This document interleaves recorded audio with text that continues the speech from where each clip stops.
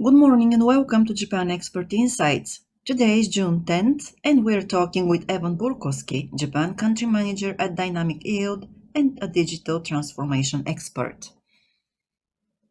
Evan came to Japan in 2003 and founded his first business, an English school, in 2004. In 2007, he co-founded a marketing agency, and then, 3 years later, in 2010, he founded a software startup called Tourism Builder. Later, in 2013, he became a sales manager with an e-agency, and then in 2016, he became a big data consultant. 1 year later, he started consulting businesses who wanted to enter the Japanese market, and he continued doing that until 2019, when he became Japan Country Manager at Dynamic Field. Currently, he is also serving as an advisor at Fast Track Asia. So, Evan, please go ahead and give us give us the picture about the digital transformation in Japan at present. We know that Japan is a very much face-to-face country, and we have been talking about e-commerce here for a while. It was difficult for the e-commerce to pick up, but the pandemic seems to have actually changed the situation. So please go ahead and give us the general picture. Okay, Maya, thank you very much for the introduction. When somebody reads it out like that, it sounds very long. It sounds like I've done a lot of things all the time, went very quickly for me. I would usually say that I'm a digital transformation advisor. I help companies enter the Japanese market, and I'm an early stage investor and advisor to several startup companies, as well as the country manager for Dynamic Yield. And as you said, trying to help with the digital transformation at TEL, board of directors there. So we've got a lot to cover regarding this subject, and so as you said, we've split it into two sessions. So for today, I'd like to sort of encapsulate where we are right now with Japan's digital transformation, how we got here, and then in the next session we'll talk about what it means and where we're going from there, what's going to be happening in the near to short term.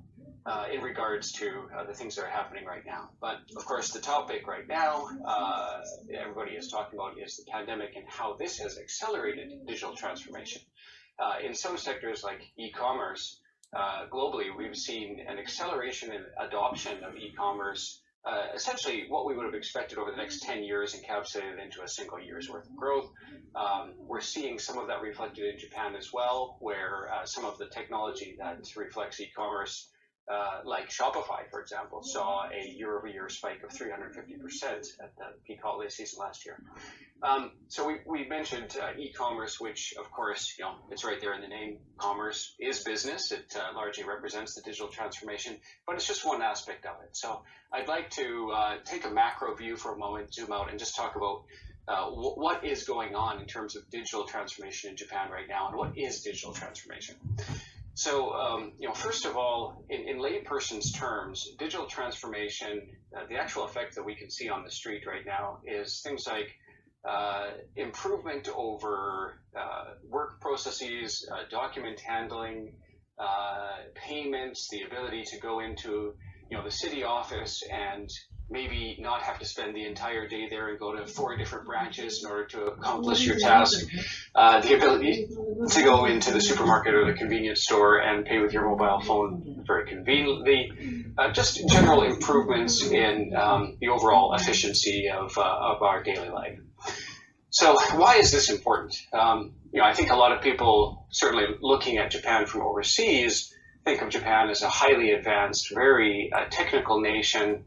And then if you come to Japan and experience what it's like to live here on a daily basis, there's this sort of shocking paradox of how inefficient some processes are and how sort of it can seem that Japan is behind in many ways, especially the aforementioned city office or bureaucratic type of processes. So, to dive into that a little bit, I think what we have is a situation where Japan has highly valued its core competencies, manufacturing and electronics and the niche chemical industry, areas where it excels in terms of, well, the Japanese term is monozukuri, or manufacturing. So because of those core strengths, Japan has been able to put the most investment into these areas and seen big advancements there. In fact, the Japanese automotive industry is one of the most automated on the planet today.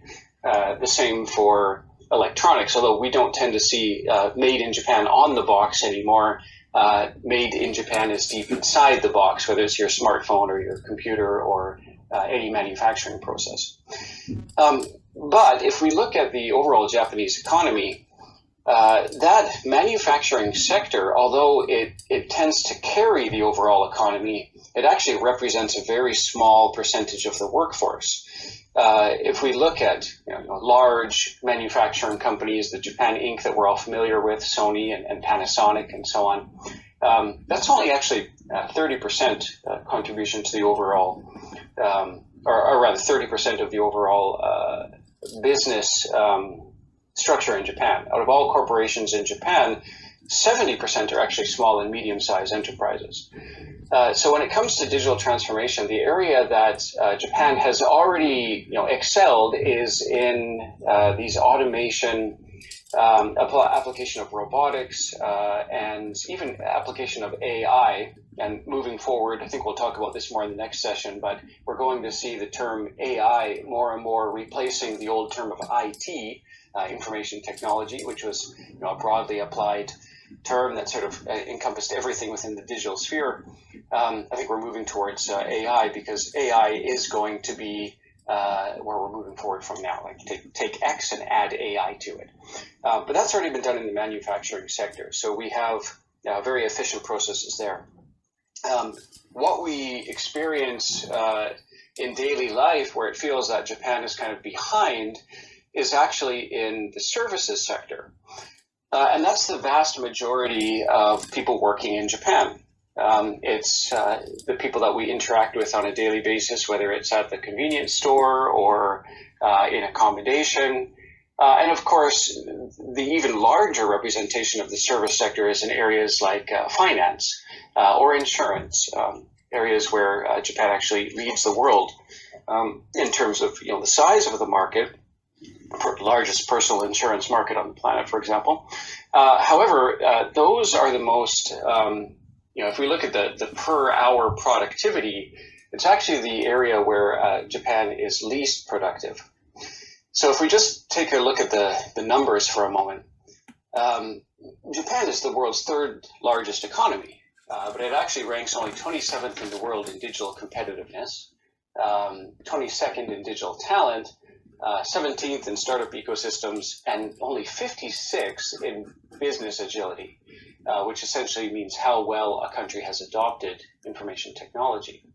A recent report put out by the American Chamber of Commerce in Japan indicated that Japan could boost GDP by up to 735 billion by improving productivity in these areas. And if we look at productivity, it's very important as a function of a country's overall GDP. Essentially, it's a simple calculation. A GDP is represented by a country's population size combined with its productivity. Now, as we all know, Japan's population size is decreasing. There's an aging population and a shrinking workforce. And at the same time, productivity has not been increasing. It hasn't been keeping pace with the rest of the world. Again, this is because the vast majority of companies in Japan, of the somewhat 3.5 million small and medium-sized enterprises in Japan, or like 99% of the overall companies in Japan, most are very small. In fact, the average company size is only about 3.5 people. So if you have a very small company, and you're in the service sector, the data shows that this sector just has not been investing in IT. They haven't had the resources. They probably haven't had the capacity to train people on IT, and simply they haven't had the funds to invest in it. So we see, a very inefficient services sector, And of course, small companies, even if it's at the sort of manufacturing level, whether you're making crafts or tatami or something like that, the small companies are unfortunately very unproductive. So the promise of the digital transformation is to make these smaller companies more productive by giving them access to software as a service rather than having to buy very large, expensive software installations. They can now get access to things like big data, AI, and computing power through a subscription model. That makes it much more accessible. And we're seeing the pandemic accelerating changes towards adoption of these type of services. So over the past it feels like it's been almost 2 years already, but certainly over the past year, moving on to a year and a half, that we've been in this pandemic situation, there have been major shifts in society. Of course, people have moved to remote work. They haven't been able to go into the office. People have had to learn how to deal with this. So initially, it was a huge problem. People weren't able to work from home because they didn't have the necessary infrastructure. During the initial voluntary lockdown, only 26.83% of office employees were able to work from home. And only 28% of companies surveyed during this period had the necessary online system that would allow staff to work from home. Overall, if we look at the entire economy, only about 40% of companies currently are able to cope with the digitization of their core business processes, because all of these have been traditionally paper-based. So I think anybody who's spent some time in the business community in Japan knows how paper-dependent all the workflows are. Documents are still faxed, they're printed out. This is required because they often need to be stamped with a hanko, personal seal, which is the legal representation of the seal holder in view of a signature. Often, if it's a contract, it's required that then be bound with a special tape that can be purchased at stationery stores. Has to be stapled and taped and bound up like it really looks like a legal document. And then for certain contracts, you have to actually hold a physical copy of that for a set number of years. Now, the specific rules around that have been unclear.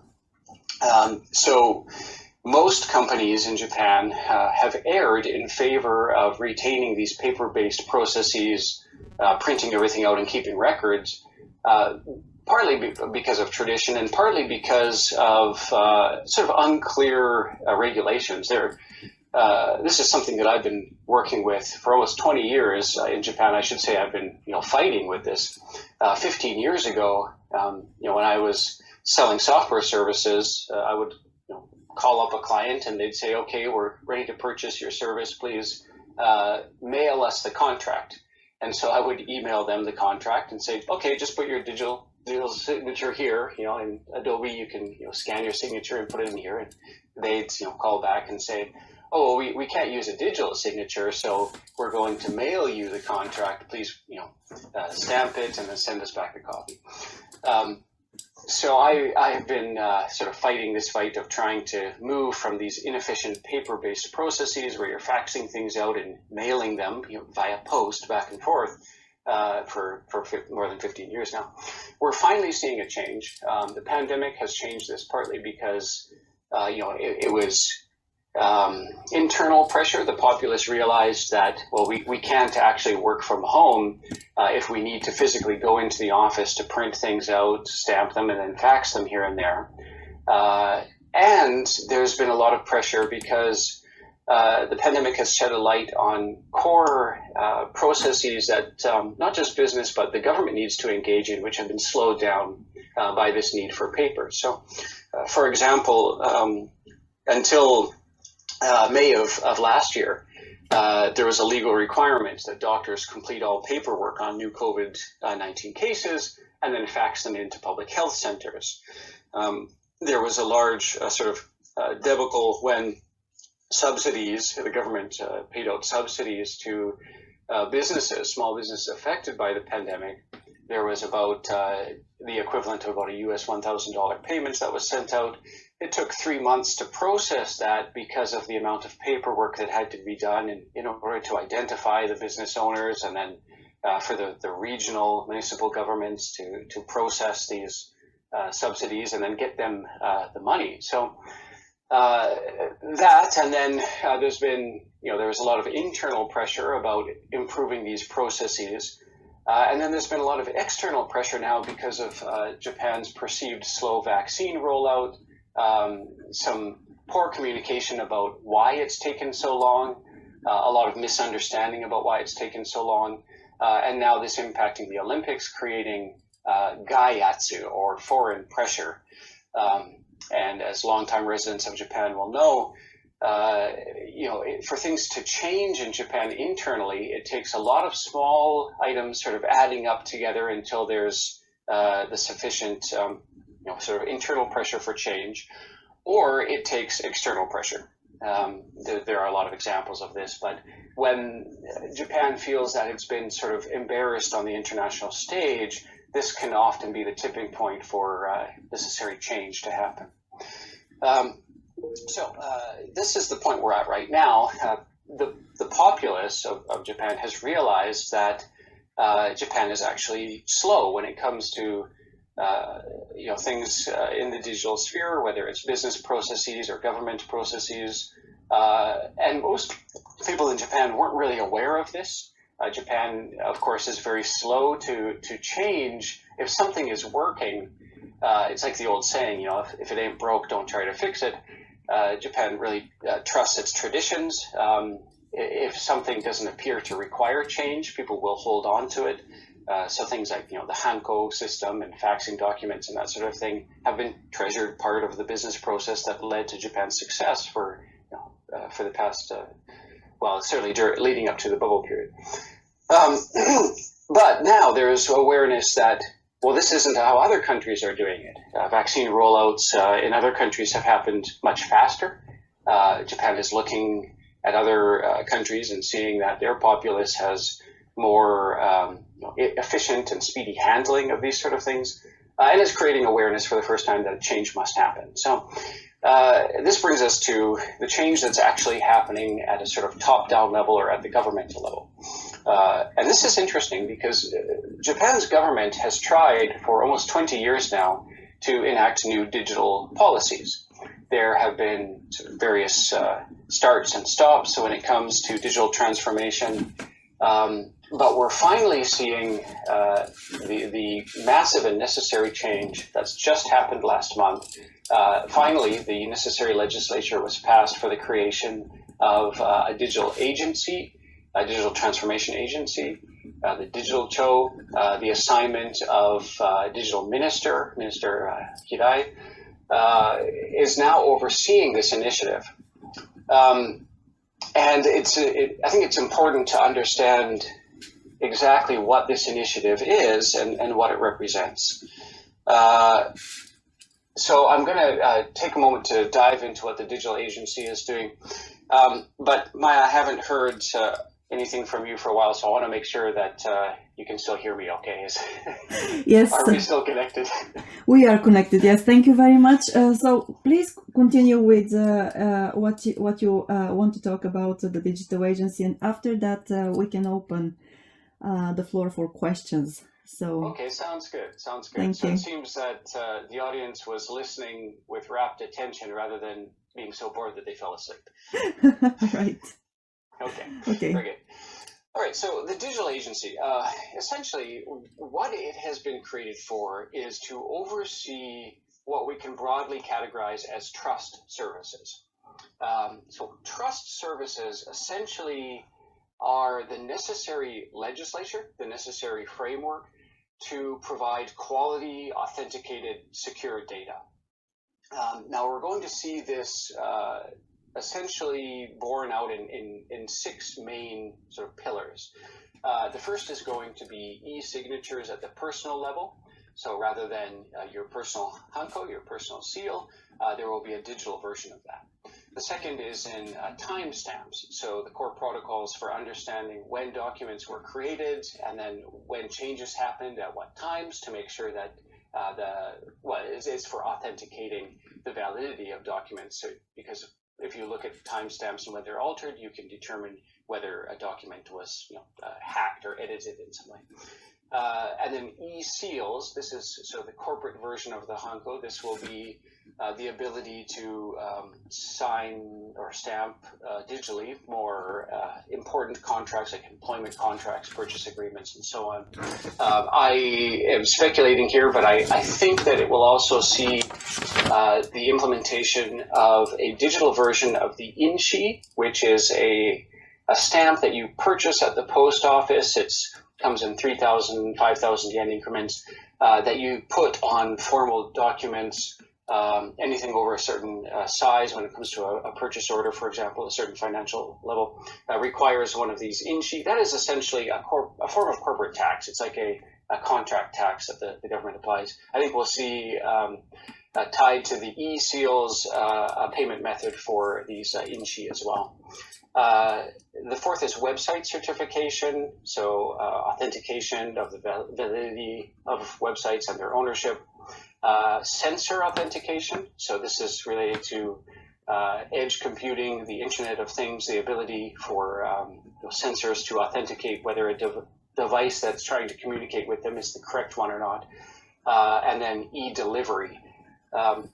So these core pillars, we can encapsulate them basically into cybersecurity, document handling, and then at the personal level, we'll see it in the digitization of the My Number system. So cybersecurity, if the government is creating digital protocols, it must make sure that everything is secure. When it comes to document handling, we need to get in line with other countries' processes so governments can handle documents not just domestically, but internationally as well. So this is coming in line with the EU and US standards in regards to document handling. And then the My Number system will be the domestic communication route between the government and the populace. So things like the ability to receive subsidies electronically into your bank account, or the ability to connect your health information with a unified number card. Things like tracking of vaccine inoculations, even registration for vaccines. Currently, Japan goes through a process of having to receive vaccine registration in the mail, in the actual post, filling that out, sending it into the post, and then getting a card for the address of the place that you're supposed to go to. Other countries like Malaysia, that entire process can be done over an app. So we're going to see a great improvement in this overall communication level.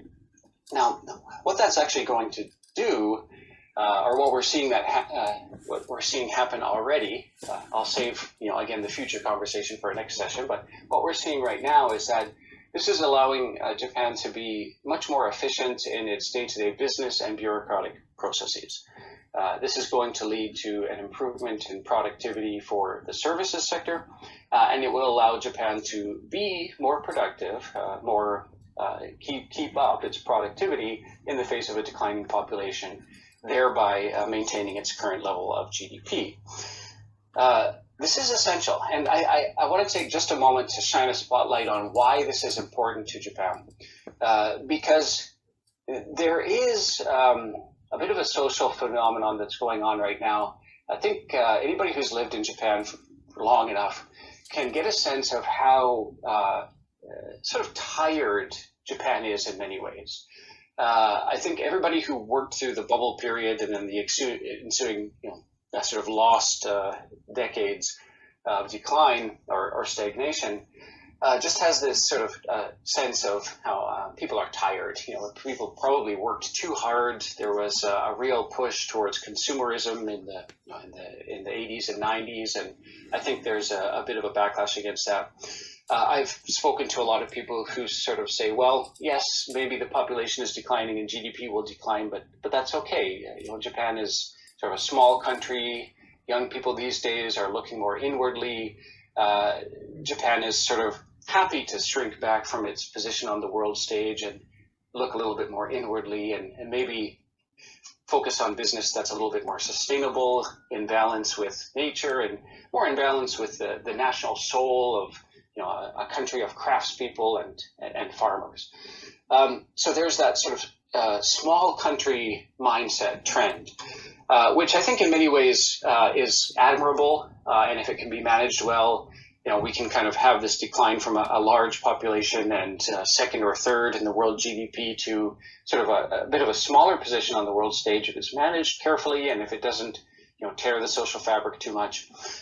But there's a danger to that as well, because Japan is both very important on the world stage and has a responsibility on the world stage, which is actually increasing recently because of tensions in the geopolitical region. So if Japan's GDP sinks too far, it ceases to be a powerful member of the Quad nations, the US, India, Australia, and Japan, which are currently the organization of countries who operate by the rule of law and maintain stability in this region in the face of increasing pressure from other powers in the region. It's essential for Japan to maintain its position in the global manufacturing economy. Japan is, again, very important player in several niche technologies. We don't see Japan on the box so much, but it's in the box and essential for a lot of technologies. And it must maintain this position in order for the overall world economy to maintain its balance. So there are reasons of security as well as overall political stability why I think it's important for Japan to maintain this position of responsibility and maintain its position on the world stage. The only way to do that is by maintaining its productivity and embracing this digital transformation. Okay, so I think we've sort of encapsulated fairly well, or I hope I have encapsulated fairly well where we are right now. I touched on a lot of different things. So let's take a moment to move into Q&A and see what sort of questions people have. Thank you, Evan. To everybody who is listening, please feel free to let us know that you have a comment, a question to Evan, so that we can bring you up on stage. In the meantime, Tim, do you have a question? Yeah, just thank you, Evan. Very comprehensive and easy to understand and follow. This is kind of out of my wheelhouse, so that's a good thing that I understand everything you're saying. It's funny, since last year I've been saying that COVID is like the microscopic biological black ships, the Commodore Perry's. When you talk about, Gaiatsu enforcing change in Japan, of course, it's still to be seen how much change happens. But, the way I look at it, though, there's a technical side of all this, and then there's the human side, the human technology interface. And my question to you is, what training, if any, for human users is required or is happening to enable and facilitate this digital transformation? Because there's always going to be that cultural inertia that has to be overcome. Any thoughts on that? Absolutely. Thank you for setting me up for the next point there. So of course that's the issue. We have an average workforce age that's approaching 50 years old. In the services sector and small business sector, we have an average CEO age of 74 years old. So, that's nationwide. It's actually even higher in the services sector. So we're not talking about a young workforce that is early in their career and easy to retrain. I think myself, as I get closer to 50, I have to really struggle to keep on top of all of this technology. But it is important to do so, and it is where Japan is falling behind. So current stats show that we have approaching 300,000 IT professionals who are currently lacking in the market, and by 2030 that will double.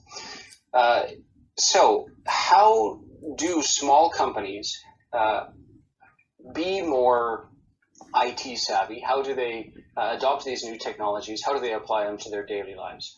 Well, and the answer is in some ways they are already doing that. So if we look at the daily processes, this move to remote work, the adoption of video calling, in terms of day-to-day processes, things like cashless payments. Over the past 2 years, we've seen a huge shift from Japan's very cash-based society to the ability to pay by your phone.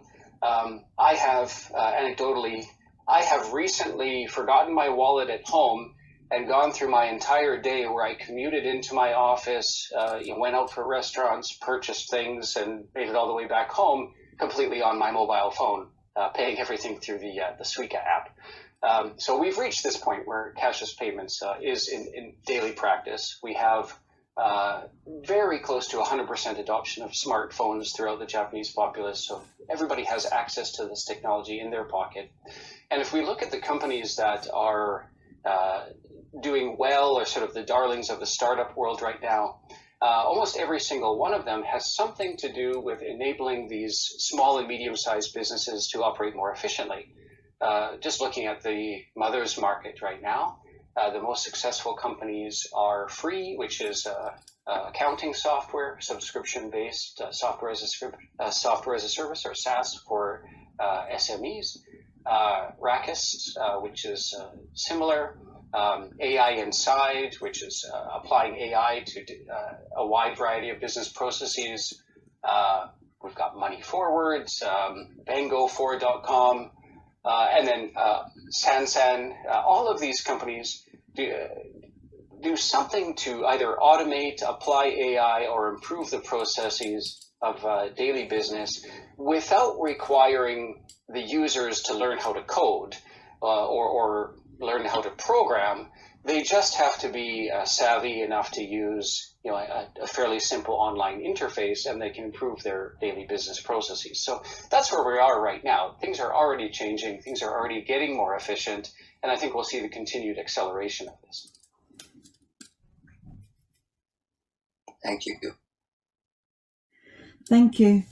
Yes, this is one of the things, which really comes to mind when we think about the aging population. And well, at the moment, we have almost 30% of the population over the age of 65. And it's really difficult to imagine that the majority of these people will be willing to learn how to use new software and and I see it also, with people. It's not only about their work, it's also about shopping online. So, and of course, there is a dynamics here as the millennials and the Generation X, as they age, we will be moving more and more online to e-commerce and also to digitalization of simple processes, as you said, and business processes. But I think that for the next 10 to 15 years, so there will be a strong resistance, especially among the senior members of society. So what are your thoughts on this? Well, that's one reason why I talked about Japan's importance on the world stage, the absolute necessity of people to learn these new skills in order to maintain the overall productivity and therefore prop up the economy. This is mission critical. If the aging population doesn't make the investment in retraining and learning these technologies, it is not possible for Japan to retain its current GDP. Again, the sector that's currently carrying Japan's GDP, manufacturing, electronics, the monozukuri sector, is already automated to a degree higher than the rest of the developed world. There are some incremental improvements that can happen there, but it's not where the greatest opportunity lies for Japan to be more productive. This is solidly in that 70% that represents the services sector. So the answer to that is, well, they really don't have a choice. There is a responsibility to society. There's a responsibility for their own welfare. The aging population, although it's a burden to learn new technology, it's absolutely essential.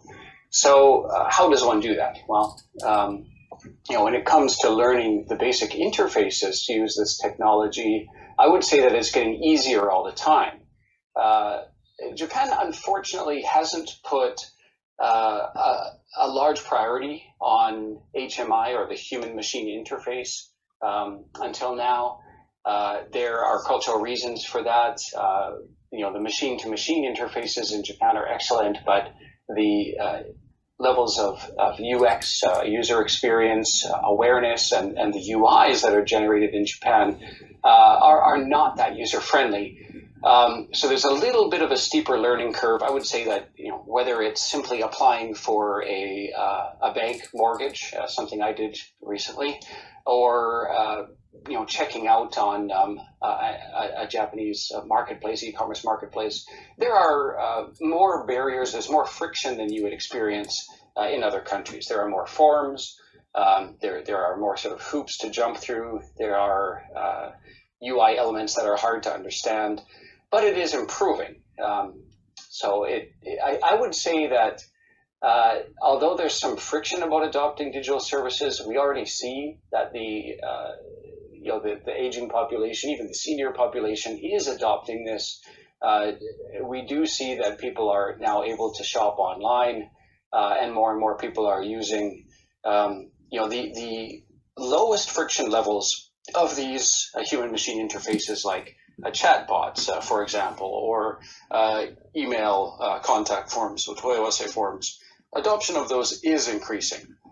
So we're seeing a decrease of telephone calls, and an increase in chatbots and email interactions. So really what we're doing is we're not asking the population to suddenly abandon all previous workflows and shift into digital. It's a gradual thing. We're opening up the number of channels in day-to-day interactions and business processes. The options are increasing. But it is important that people, familiarize themselves with these options and become more confident using them. Thank you. It sounds like there are quite a few opportunities for, let's say, retraining and education of the senior population here. So, I mean, it could be really an opportunity for any startup, to enter the market too. Targeting the senior population and just giving them that feeling that digitalization is not such a scary thing at the end of the day. Yes, absolutely. As an advisor to startups and an investor in early stage startups, the companies that I look to try to help are the ones who are solving this problem, either retraining the populace, or helping SMEs to be more productive. But it's also, it's not that heavy a barrier, because increasingly the UIs, user interfaces, are becoming more intuitive. We are seeing what I like to call the cognitization of business processes, which is essentially taking X and applying AI to it so that it's more intuitive. So that can be applied to from everything to the decision-making process to the automation of experiences that you might see online. So let's look at e-commerce, for example, and I'll take a moment to explain what it is that I do at Dynamic Yield, because this is it's a good sort of anecdote. So Dynamic Yield is software that sits on top of a website, identifies what audience segment a user should belong to. For example, does this user appear to be somebody who likes the color blue? And do they usually look at clothing or purchase clothing that's in medium size? If so, we'll put them into this audience bucket, and we'll recommend these products to them, and we'll align the user interface with the things that they like. They like blue, we'll show them some blue buttons and change the UI a little bit to be more comfortable for them. So that is all done via AI, essentially neural networks who are learning from user behaviors and then identifying which audience segment they should belong to. And it's extremely easy to use. So if you are a 60-year-old retail shop owner who wants to start a web shop and sell products online. You can create the underlying foundation for that shop using an e-commerce platform like a Shopify or Japan's version of Shopify, which is Base. And then you could apply this type of personalization software on top of that by just connecting it to your shop, and then creating, using out-of-the-box templates, this journey where you change some of the colors and you match some of the products to your user audience segment. And with a little bit of hand-holding about how to do all that through a solutions consultant, you can set all of that up and get running with that shop in a month or two, even if you've really never used the internet before. And once it's set up, you can maintain most of it without even really needing a desktop computer or a notebook computer. You can do most of it from your smartphone.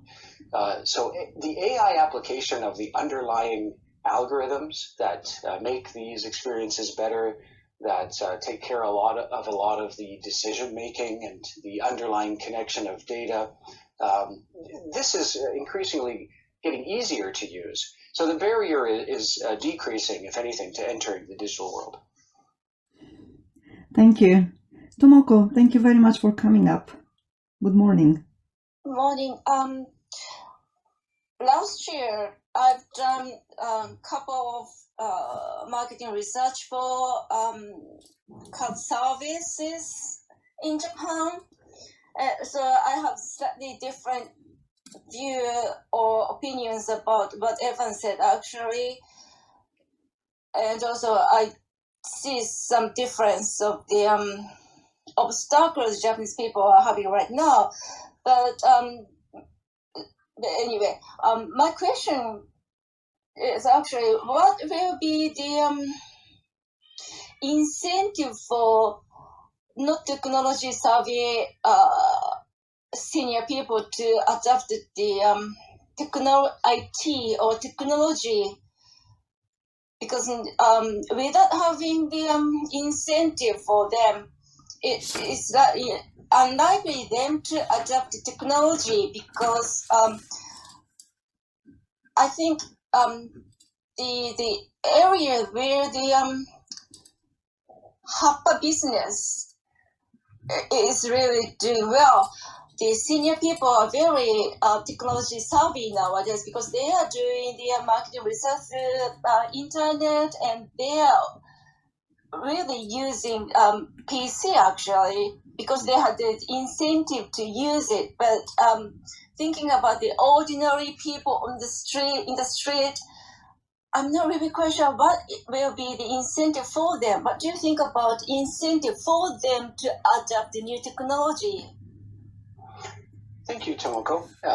Looking at your profile, it looks like your experience is in line with mine, and it looks like you've actually come to some of the same conclusions that I have. So I think that when it comes to the incentive for older users or potential users of technology to make the shift into digital, in addition to the social responsibility incentive that I spoke about earlier, I think there's a very strong financial incentive. So, sorry. If we look at the example of Base, the company that I mentioned earlier, which is like a version of Japan's version of Spotify, this is a company that was founded by a young engineer, Japanese engineer in his 20s, who responded to a query from his mother. His mother was a small retail shop owner, and her business had been declining because in their area, we can assume that the population was graying and therefore declining, or that people were moving to shopping, maybe moving online. They were shopping at Rakuten or somewhere like that. And she asked her son, how can I set up an online shop to move from selling from this local tempo, local shop, to the online world? And her son looked around and realized there wasn't really a great solution for doing that a few years ago. And so he founded the company Base, which combines the ability to easily create a shop with a Japanese domestic payment system similar to Stripe, And we could generally say that it's the equivalent of Shopify, Etsy, and Stripe all together in a single platform, which considerably lowers the barrier to entry so that this engineer's mother would be able to create this shop. It's been extremely successful. It's had a huge increase in users during the time of the pandemic. The valuation of that company is now $1.2 billion. And it has, let's see now, it had an increase of 211% year over year in revenue from 2019 to 2020. So it's indicative of software that has come to solve this need, and it's actually doing it today. People like this engineer's mother are creating these shops online and making that transition. But I think your question was actually two parts there, Tomoko. So you were asking, what is the incentive for the general populace, like the average person on the street, as well as these business owners? So the small and medium sized business owners, the increase in productivity, I think is the necessary financial rewards that they require. But when it comes to the average person on the street, what is their incentive? Well, it's convenience, the ability to go to the kombini and pay with your phone. Cashless payments is an improvement. The ability to go to city office and process something like, a change in address or something like that without having to spend the entire day there. There's an improvement in the overall quality of life and a return of your time when your daily processes are improved like that. So I would ask you, sort of conversely, do you not think that those improvements in daily life are sufficient enough to motivate people to adopt digital technology? It depends, because the municipalities or local government, I think they have their own issue. Without them solving the problems, I don't see any seniors to have the motivation to use the technology. We're not going to the municipalities and pay the tax. We can just pay the tax by cash, for instance, or through the bank accounts. So I think we need something more than the government or companies are providing right now to make senior to change their behavior. I think that's one thing. And the other thing is that IT literacy is not equal to PC literacy. And people in general, especially from the IT industries, people tend to think about IT literacy because people have the IT literacy, so that we should be able to use IT without much issues, but also cloud services actually. But the reality is that especially SMEs, most of people who seems to be high IT literacy is the person who can use PC better than other people. That's all. It doesn't mean they know about cloud services or internet system per se. So I think that's the issue. And the biggest issue I think I found in the IT industry is actually the definition of terms might be different from one company to the other. And also there are too many katakana languages or alphabets, alphabets, so that not easy to understand for other people. For instance, if somebody says think cloud, so what ordinary people can understand about using two English words without anybody explaining about what it is. So I think that's the another big issue IT companies have, and IT industry have to think about. Well, there are several can think that the issues IT industries, the society in general have to solve before people can be more IT literate?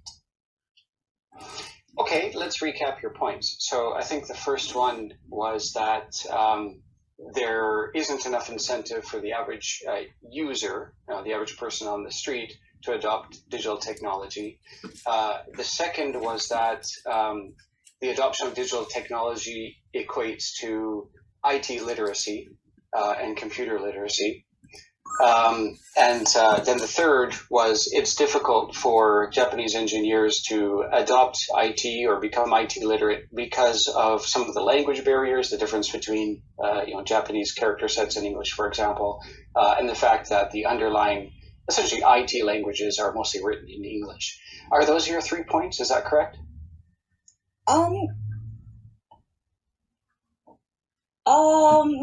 Actually, not only for IT people about the language barriers, but in general, because I've done interviews with the people from SMEs about IT actually last year, and some of them said what's cloud? Even they don't understand. Actually, I've done managers or CEO of the company, and some of them actually said they haven't heard of cloud yet. So it's not only for IT people, but also people in general. People don't much understand about IT language. Also, because my client was the research company, so that I was not really aware of the IT things. So I kept asking about several questions to him because I didn't understand. So what he told me is that even people in the IT industry, he's an IT industry person, sometimes he doesn't understand from one company define A and the other company define totally different, or even they are talking about talking the same terms. Okay, I think I understand your primary points there. So first of all, I would say that this understanding of the language that leads to IT competence is an issue. I think it's one reason why the digital agency was developed to standardize these processes and create an understanding of exactly what this technology is. What is the cloud, for example? What is digital transformation? What is DX? And Japan is developing its own language for that. For example, the word DX is generally understood within Japan to mean digital transformation, but it's not a word that's understood globally to the same level. So Japan is developing its sort of internal language for how to develop or to work with IT and these processes. But at the same time, my position is that for the average person, it doesn't matter. For example, I personally have the knowledge to tear down a gasoline engine, repair it. I understand how valves work. I understand how crankshafts work. I can tune a carburetor. I can drive a manual transmission. And none of that helps me drive a car today. None of it is relevant. It doesn't matter what the cloud is for most people. It doesn't matter how AI works for most people. We don't need to know how it works. We just use it. So we're moving into an era, and we'll talk about this more in the next session, but we're moving into an era where the barriers to entry and the barriers to usage are being removed. The technology is evolving. You can now, for example, using the dynamic yield example, you can manage your entire website and a personalized experience that just a few years ago would have been extremely difficult to do and require a great deal of front-end coding as well as back-end implementation. You can now do that through the click of a few buttons. So there's been a vast improvement in these services and their overall usability. So I believe personally that the technology is becoming much more frictionless and easier to use, and that solves the problem for the average user.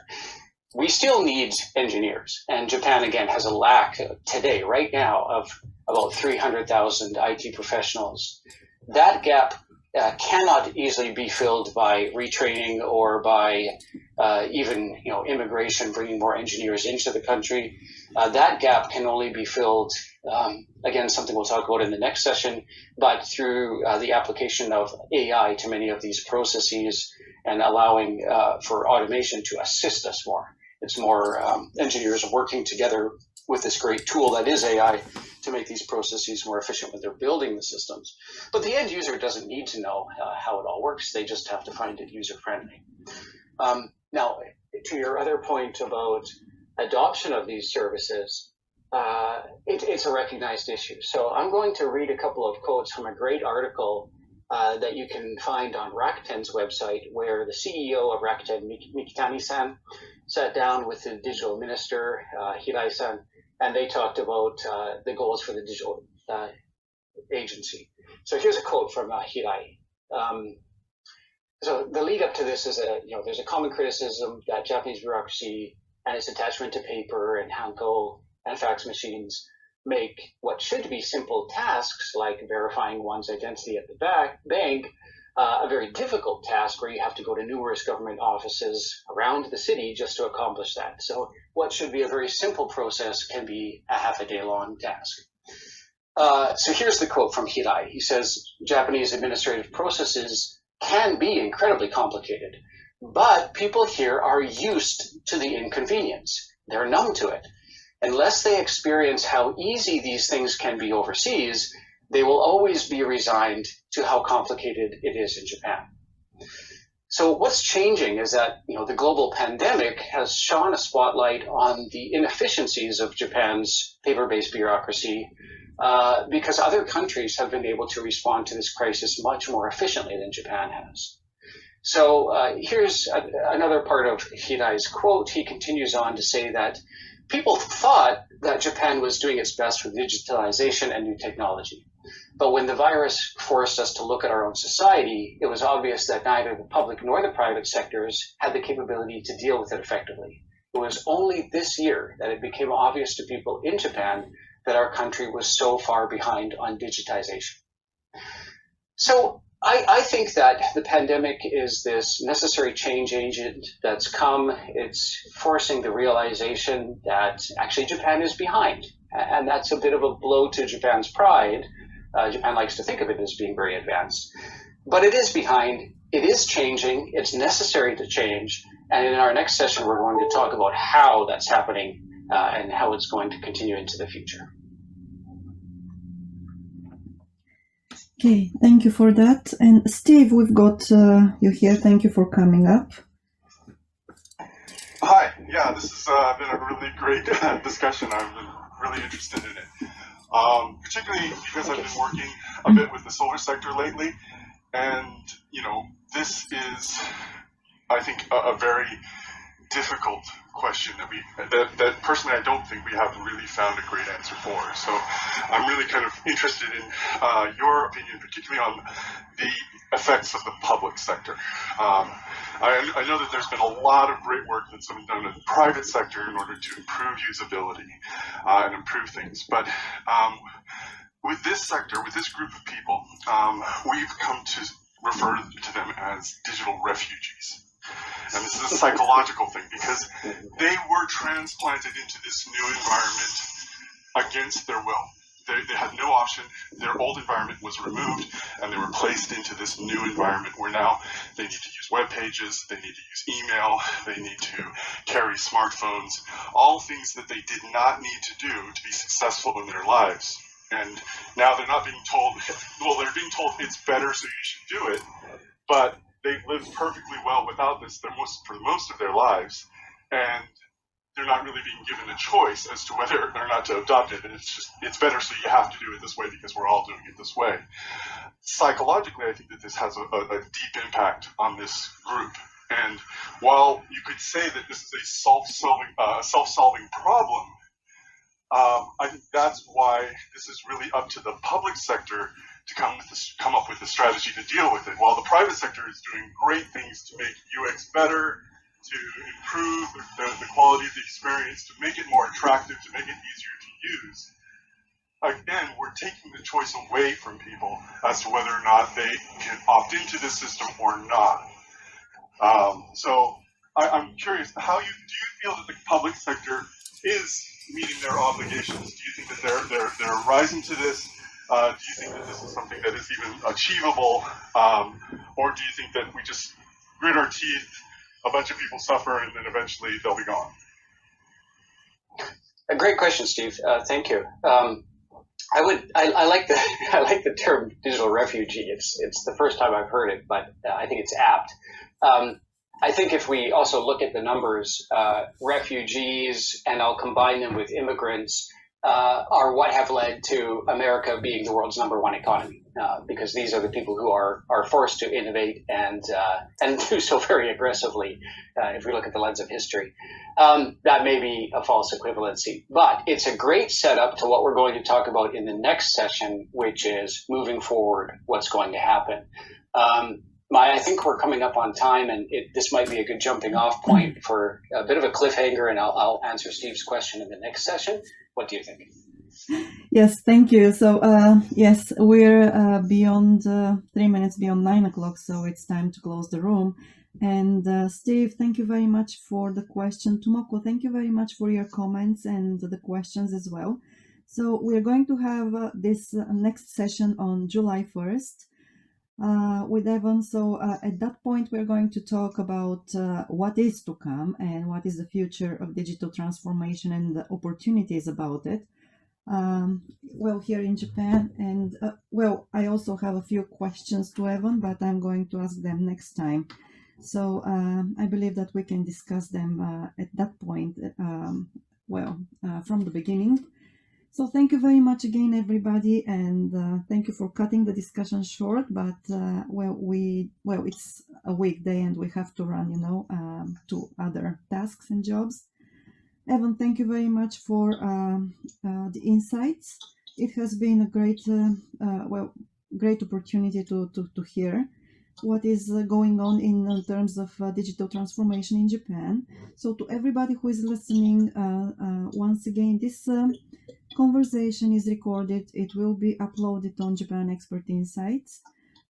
If you would like to contact Evan and continue the conversation with him, please follow him here and follow him, give him a follow on LinkedIn as well. You can do the same with everybody who is in the room currently. Once again, thank you very much. I wish you a great day, and that's it. Thank you, everybody. Thank you so much for coming today, Evan. I really enjoyed your discussion. And Tomoko and Steve, thanks for coming up on stage. I really enjoyed it. All right, thank you very much, everybody. And Maya and Tim, thank you for the opportunity. I hope everybody joins us for the next session where we try to answer some of these problems.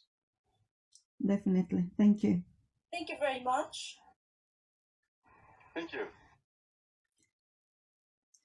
Okay, I'm closing the room now. Thank you very much again. 3, 2, 1.